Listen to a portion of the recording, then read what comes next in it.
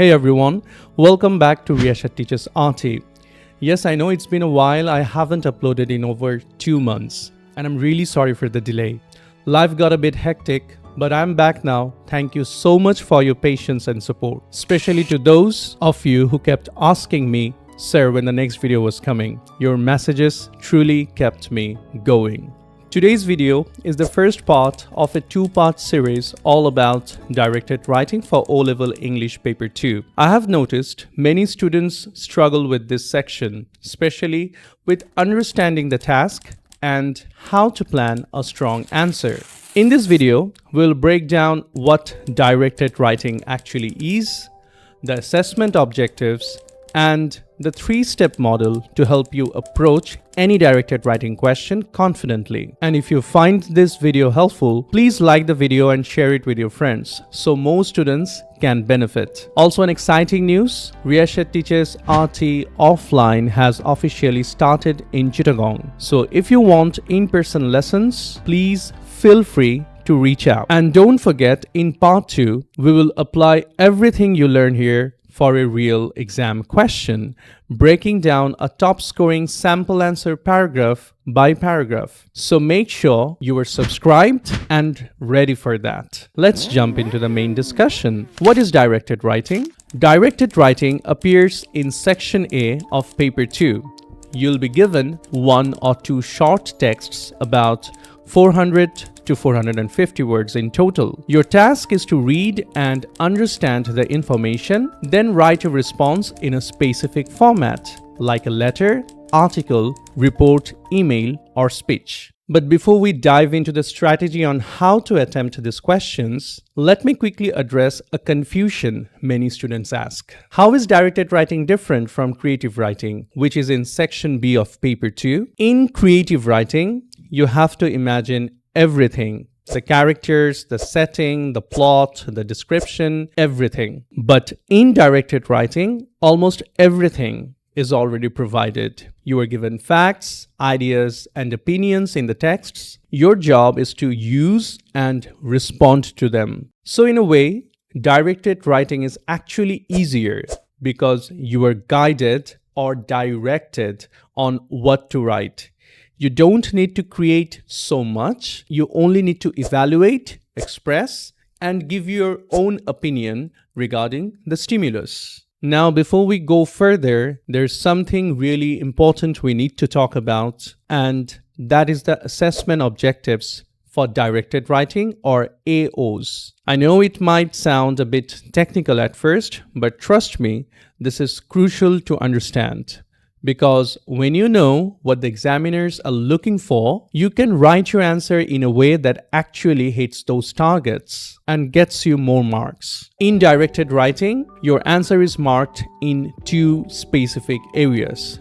Reading, which is all about how well you understand, evaluate, and use information from the texts. And writing, how clearly and effectively you express your ideas using tone, structure, and vocabulary. Now, Cambridge uses specific codes to mark your directed writing. For reading, it's called R3 and R5.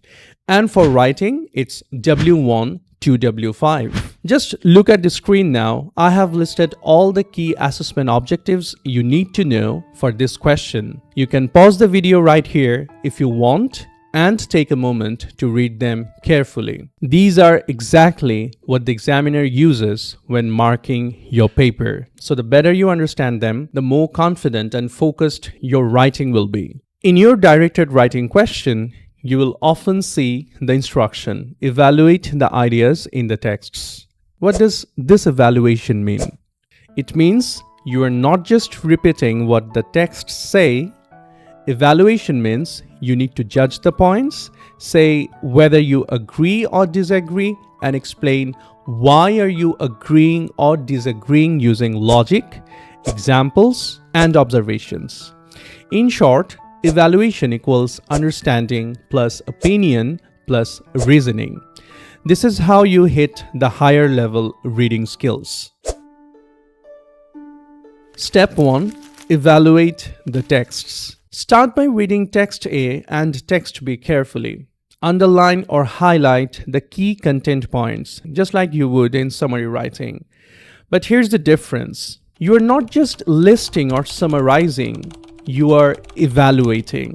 That means you must think critically. What are the main points in each text? Do the writers agree or disagree with the topic? What arguments, evidence, or tone are they using? Do they have any bias? Which points are convincing and which are weak or flawed?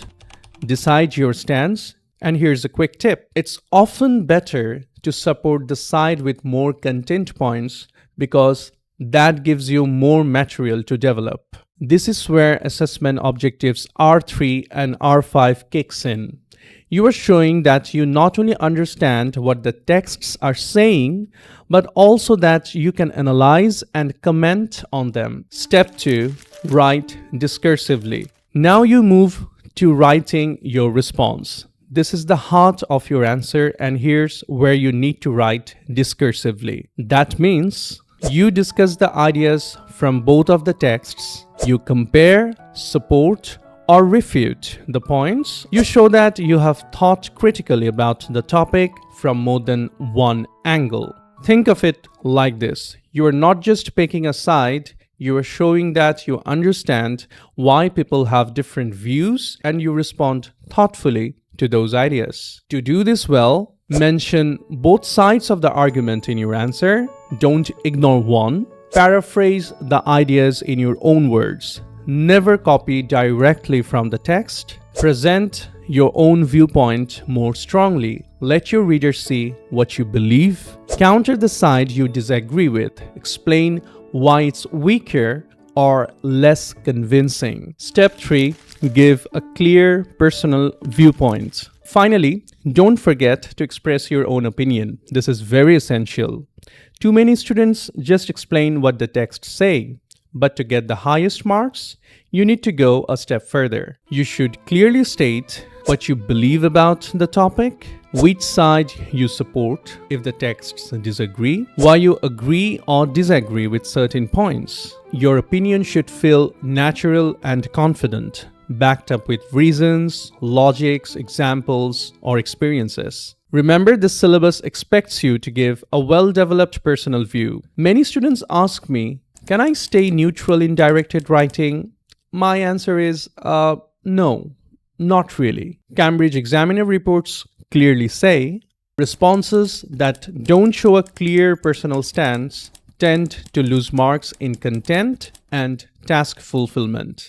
So your job is to evaluate, discuss both sides, and then clearly support one side.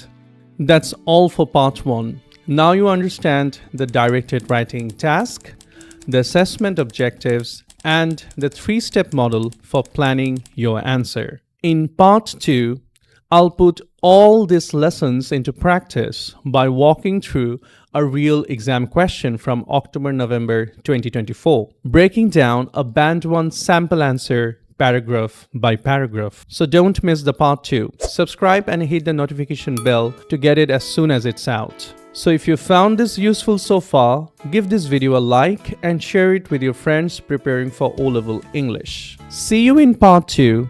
Keep practicing and keep writing with purpose.